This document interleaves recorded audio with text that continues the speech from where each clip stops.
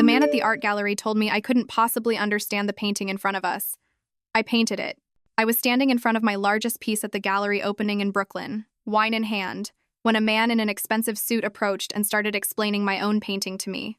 He had no idea I was the artist because the placard said Riley Chen, who he clearly assumed was a man since he kept talking about his brilliant technique. This guy Brad looked me up and down and said, "You seem young to be at an opening like this. Let me guess, looking for a rich boyfriend? Smart girl? Lots of wealthy men here?"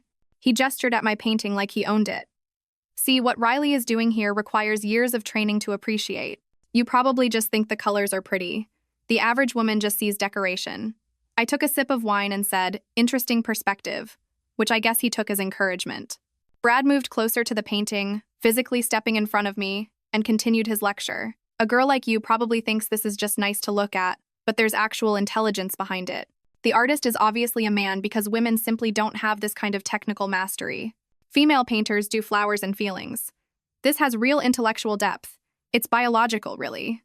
Men are just more capable of this level of abstraction." When I mentioned I was familiar with the artist's work, Brad laughed and patted my shoulder. "Following him on Instagram to look at the pretty pictures doesn't count as being familiar with art, sweetheart. You probably think you're cultured because you went to that Van Gogh light show. Real knowledge comes from decades of study, not whatever you learned from TikTok." Brad decided to test me, rapid-firing questions. "Who's Basquiat? What's chiaroscuro? Name 3 Renaissance painters besides Da Vinci."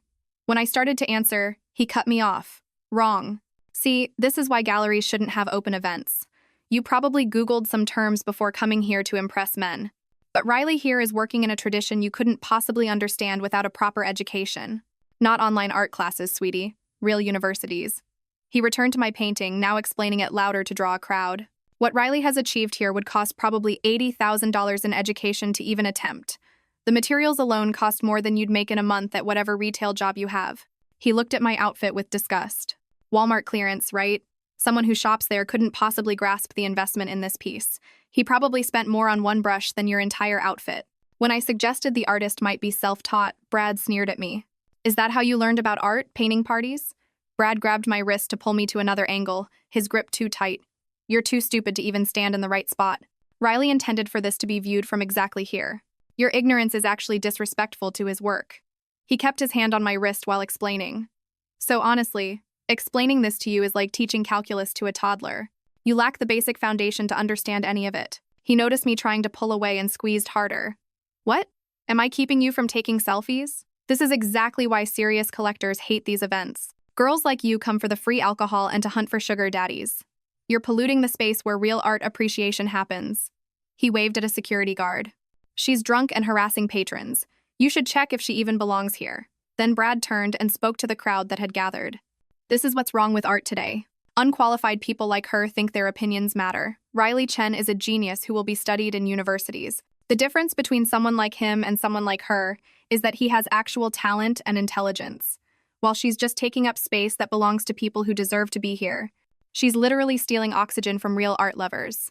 People murmured uncomfortably, and I think someone was about to tell him who I was. But that's when the curator stepped up to the microphone with the world's most perfect timing and said, "Ladies and gentlemen, I'd like to invite our artist Riley Chen to say a few words about the collection." I turned to Brad and held out my wine glass. "Would you mind holding this for me?" His hand automatically reached for the glass as I walked toward the platform, and I watched his face change from confusion to recognition to absolute horror as I took the microphone. I definitely had a few words to say. My hands wrapped around the microphone stand, and I took this really deep breath that seemed to last forever. The whole room was dead quiet, and Brad stood there frozen with my wine glass in his hand. His face had gone from smug to confused to completely white in about 3 seconds. I could feel everyone staring at me, but I kept my voice super calm and steady. "Thank you all so much for coming tonight to see my work." My eyes found Brad's face for just a second, and he looked like he might throw up. I turned back to the crowd and smiled at the people who'd been watching everything unfold. "This collection means a lot to me, and I'm grateful you're all here." The microphone picked up every word clearly, and I noticed people starting to shift and whisper to each other.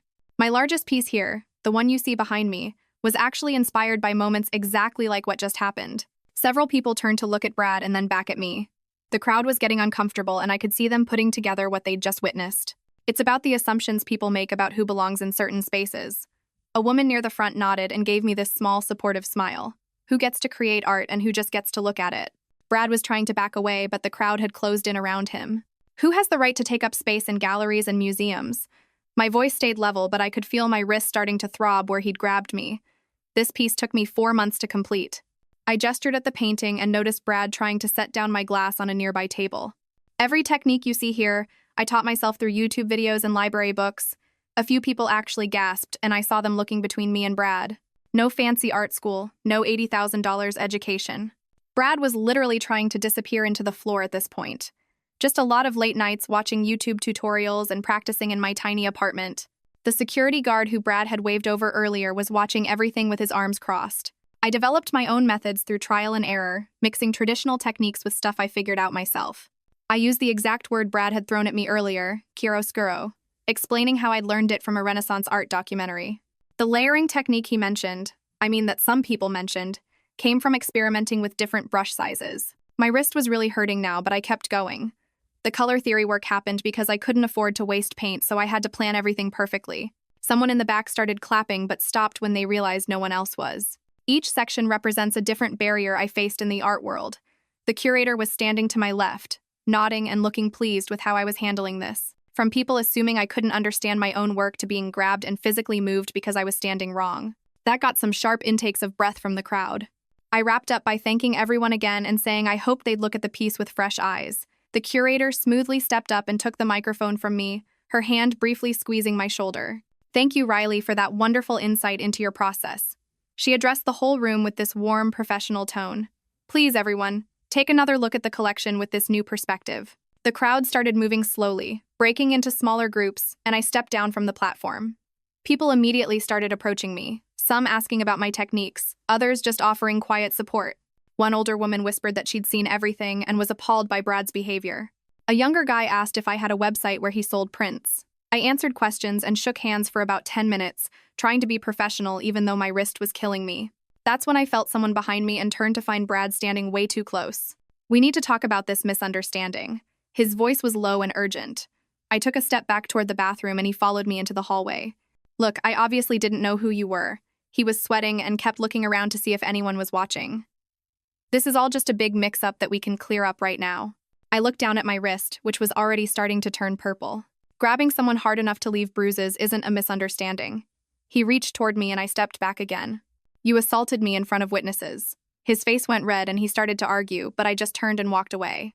I went into the bathroom and locked the door, finally able to look at my wrist properly.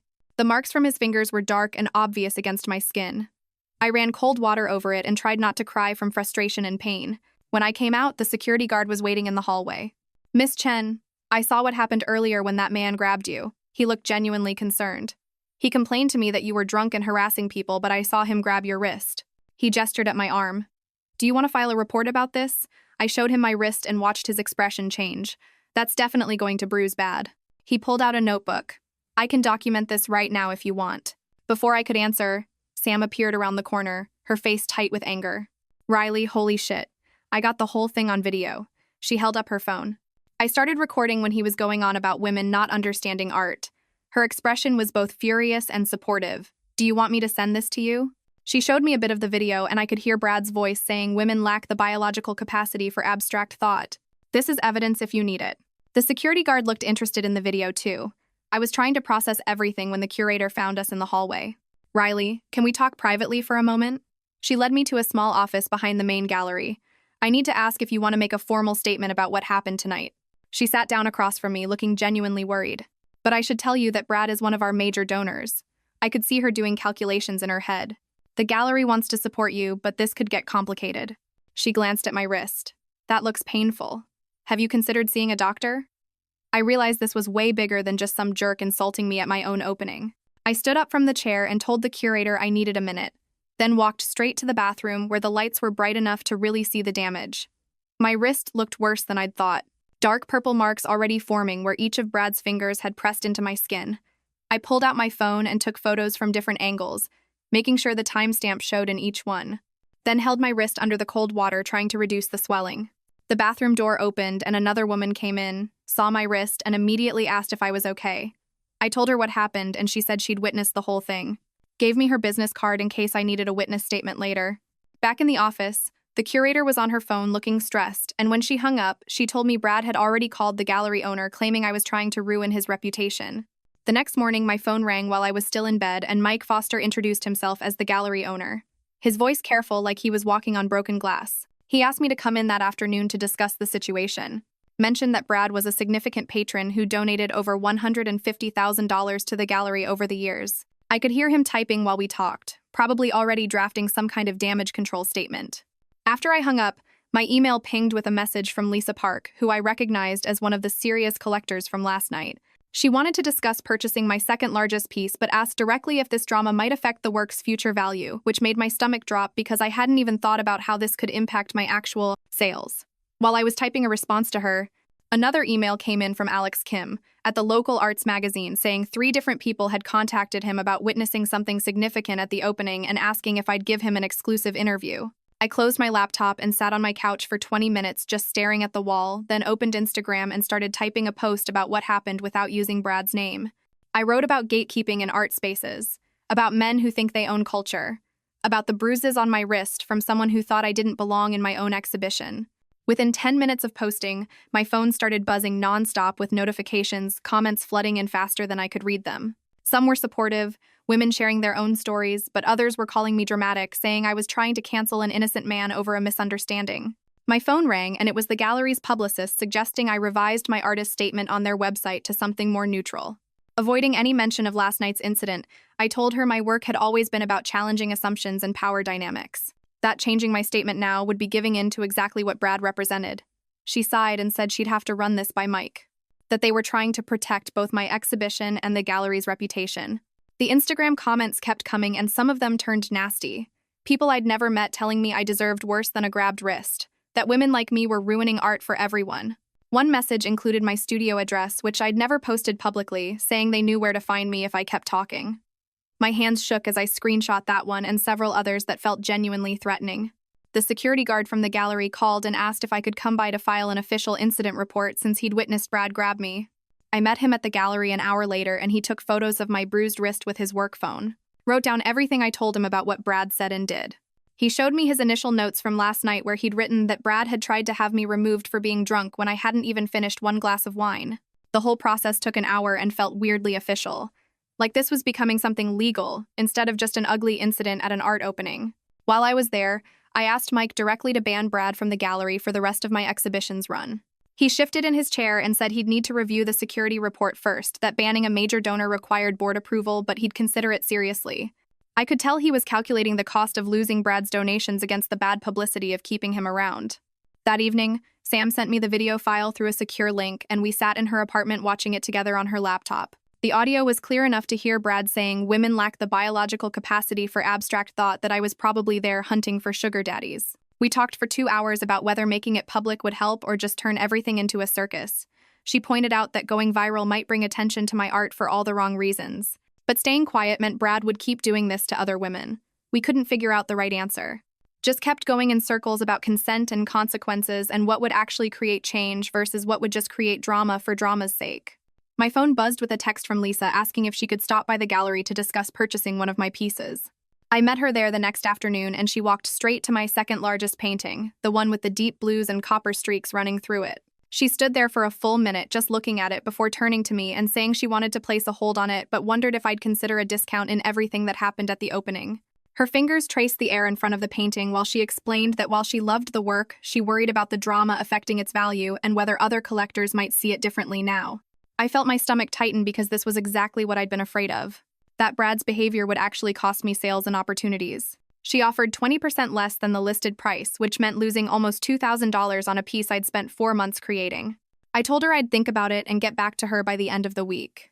That same evening, my friend who works as a lawyer called and asked if we could grab coffee because she'd seen my social media post and wanted to talk about the legal stuff. We met at the place near my apartment, and she pulled out a legal pad drawing diagrams while explaining defamation law and how even though what Brad did was wrong, I had to be really careful about what I said publicly.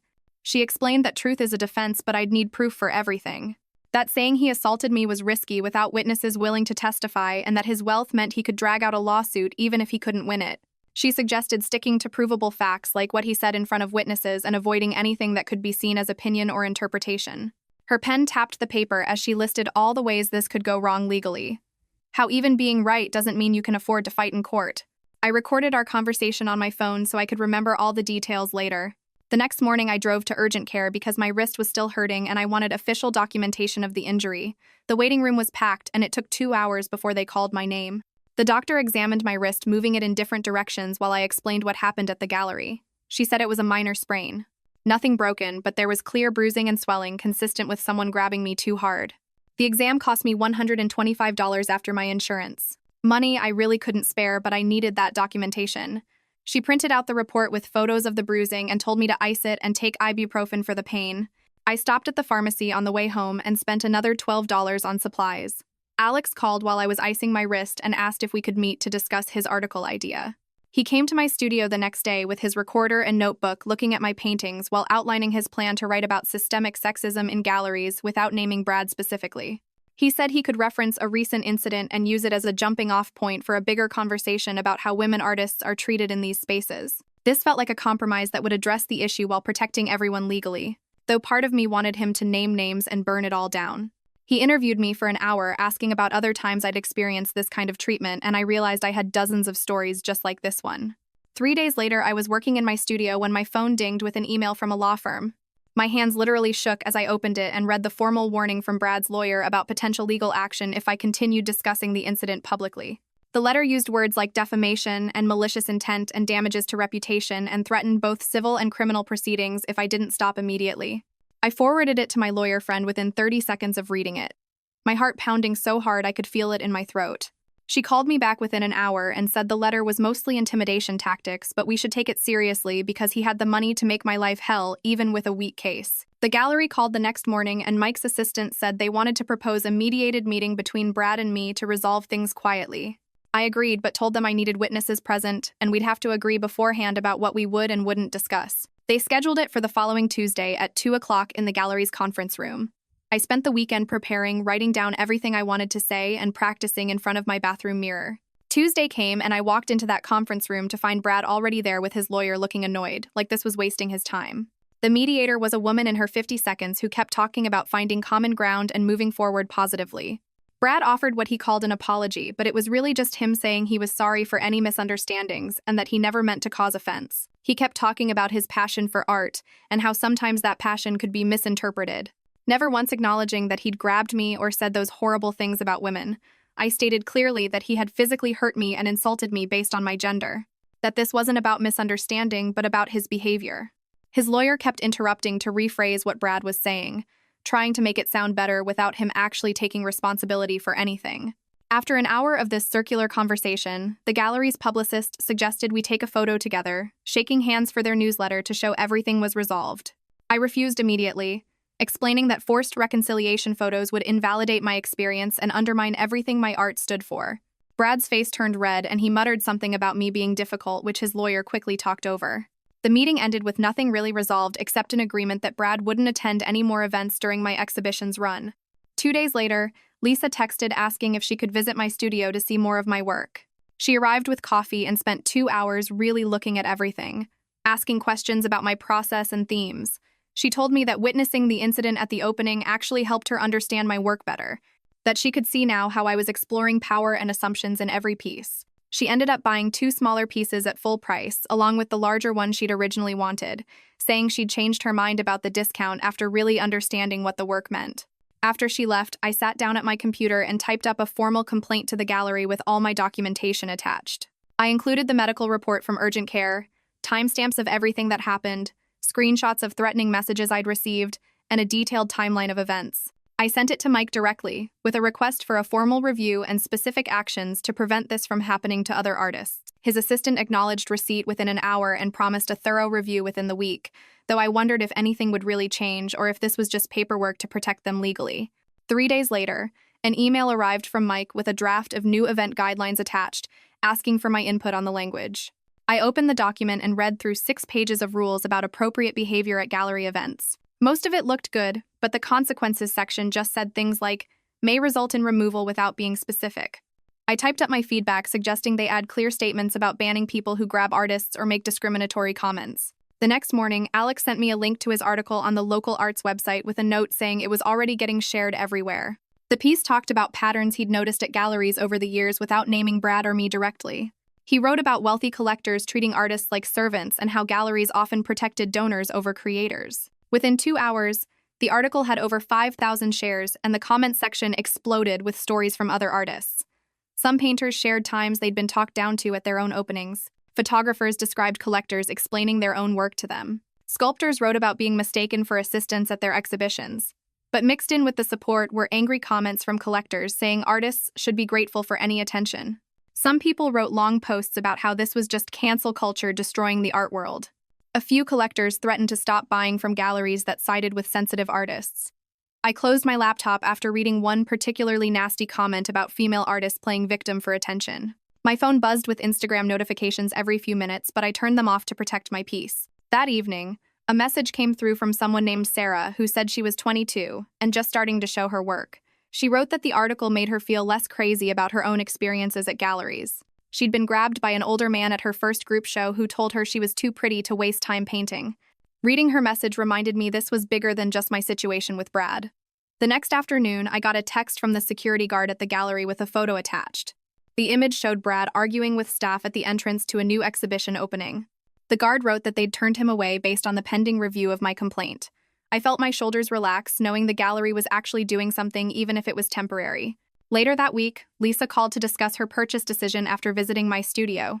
She decided to buy one of my medium pieces instead of the large one she originally wanted. The price was $8,500 instead of $18,000, but she said it fit her collection better. I wondered if she would have bought the bigger piece at full price if the whole Brad thing hadn't happened. After hanging up, I sat at my kitchen table with my calculator and notebook to figure out my finances. The gallery would take 50% of the $8,500, leaving me with $4,250. My urgent care visit cost $350 after insurance. Rent was due in 5 days at $2,200. After supplies and other bills, I'd have enough to get by, but not much extra. The math was tighter than I'd hoped for my first big sale, but at least I could pay everything. Monday morning brought another email from Mike with the final version of the gallery's new code of conduct. They'd added most of my suggestions, including specific language about physical contact and harassment. The document now stated that anyone who grabbed an artist or made discriminatory comments would be immediately removed and banned. I drove to the gallery that afternoon to see them installing a large sign by the entrance with the new rules. The sign listed prohibited behaviors in clear language and included a QR code for reporting problems. Seeing it posted publicly felt like a real victory, even though it shouldn't have taken this long. 2 days later, a certified letter arrived from Brad's lawyer with one final statement. The letter said their client would have no further contact with me if I agreed to stop discussing the incident publicly. I read it twice, then put it in my filing cabinet without responding since silence seemed like the best answer. That weekend, I got an email from the Arts District Community Center asking if I'd be interested in giving a talk. They wanted me to speak to young artists about navigating gallery openings and dealing with difficult collectors. I wrote back immediately saying yes, and we scheduled it for the following month. Preparing for the talk gave me something positive to focus on instead of dwelling on the drama. I started making notes about practical tips like bringing a friend to openings and documenting any problems. The community center posted about my upcoming talk on their social media, and within a day, 75 people had signed up. Several messages came from art students saying they were excited to hear my advice about the gallery world. One girl wrote that she'd been too scared to show her work after hearing horror stories, but my story made her want to try. I added more practical content to my talk about setting boundaries and knowing your rights as an artist. The week before my talk, I practiced in front of my bathroom mirror, timing myself to make sure I covered everything in an hour. The day after my talk, I walked into my studio and stood in front of a fresh canvas for the first time since the opening. My hands moved without planning, mixing colors that felt different from my usual palette bolder and taking up more space on the canvas. The brushstrokes came out wider and more confident as I worked through what had happened over the past weeks. I painted for 6 hours straight without checking my phone once, just letting the work flow out of me. When I finally stepped back, the piece looked nothing like my previous work, but somehow felt more like me than anything I'd made before. That evening, I opened my laptop and clicked through my social media settings to add keyword filters for certain words I didn't want to see anymore. Sam came over with takeout and helped me set up moderation rules, so comments would need approval before showing up publicly. She showed me how to block entire domains and turn off message requests from people I didn't follow. We spent 3 hours getting everything locked down tight so I could control who had access to my online space. The next morning, I drove to the gallery to drop off some business cards and saw the security guard who'd helped me that first night. I walked over and thanked him for filing that report and taking photos of my wrist when Brad had grabbed me. He told me the gallery had brought in a trainer last week to teach all the staff how to handle situations like mine. The training covered recognizing problem behavior early and stepping in before things got physical with artists or other guests. He said he was proud of how I'd handled everything and that my speaking up had made the gallery safer for everyone. His words stuck with me as I drove home, making me feel like maybe something good had come from all this mess. 2 days later, Sam and I met for coffee at our usual spot near the community center. She pulled up the video on her phone of me handing Brad my wine glass, and we actually laughed at his face in that moment. We talked about how perfect the timing was with the curator calling me up right then to speak. Sam said the look of horror on his face when he realized who I was would never get old. Finding the humor in that one moment helped me feel less like a victim and more like someone who'd handled a bad situation well. The exhibition's final weekend arrived, and I spent both days at the gallery watching people look at my work. 3 pieces sold on Saturday, including one to a collector who'd driven 4 hours just to see the show. Sunday brought 2 serious inquiries from collectors who wanted to visit my studio to see more work. My paintings were finally speaking for themselves without the drama of opening night hanging over them. People asked about my process and inspiration without mentioning what had happened with Brad at all. That Monday, I sat down to write a post thanking everyone who'd supported me through the past few weeks. I linked to the gallery's new code of conduct and mentioned how proud I was to show there with these new policies in place. Within an hour, the post had hundreds of likes and comments from artists sharing their own experiences. 3 other galleries messaged asking for copies of the policy language to adapt for their own spaces. Seeing other venues take this seriously because of what I'd shared made all the stress feel worth it. Wednesday afternoon, Mike called to tell me the board had made their final decision about Brad. He was banned from all gallery events for 1 year with a review after that period to decide if he could return. Mike said Brad would need to complete sensitivity training and write a formal apology before they'd even consider letting him back. It wasn't the permanent ban I'd hoped for, but hearing that a major donor faced real consequences felt like more than I'd expected. The next week, I was back in my studio working on a new series when I noticed my hospital wristband still sitting on my desk. I picked it up and pinned it to the corkboard above my sketches next to photos of my finished pieces. Every time I looked at it, I remembered that speaking up had mattered even when it was scary and hard. I squeezed fresh paint onto my palette and picked up my biggest brush to start a new canvas. The work felt different now, like I had permission to take up all the space I needed without apologizing for it. My phone buzzed with a text from Sam saying another gallery wanted to talk to me about a group show next year. I smiled and turned the phone face down to keep painting because right now this moment of creating was exactly where I wanted to be. 6 months later, I'm standing in front of a new canvas in my studio, and my wrist doesn't hurt anymore. The bruises faded, but the lessons stayed. 3 galleries have reached out about solo shows. The Arts District Community Center asked me to do a monthly workshop series. And that hospital wristband is still pinned to my corkboard, not as a reminder of what someone did to me, but as proof of what I did for myself and every artist who comes after me. Sometimes I think about Brad and wonder if he learned anything from that night. Probably not. But dozens of other artists have told me my story gave them courage to speak up about their own experiences. 3 galleries in Brooklyn have adopted similar codes of conduct, and I've never again let anyone move me away from my own work. The painting I'm working on now is the largest I've ever attempted. It takes up almost the entire wall of my studio, and when I step back to look at it, I can see myself reflected in the still wet paint. Bold, unapologetic, taking up exactly the space I deserve. Thanks for staying with me through this whole journey. If you made it to the end, I'd love to hear your thoughts in the comments. Your support means everything.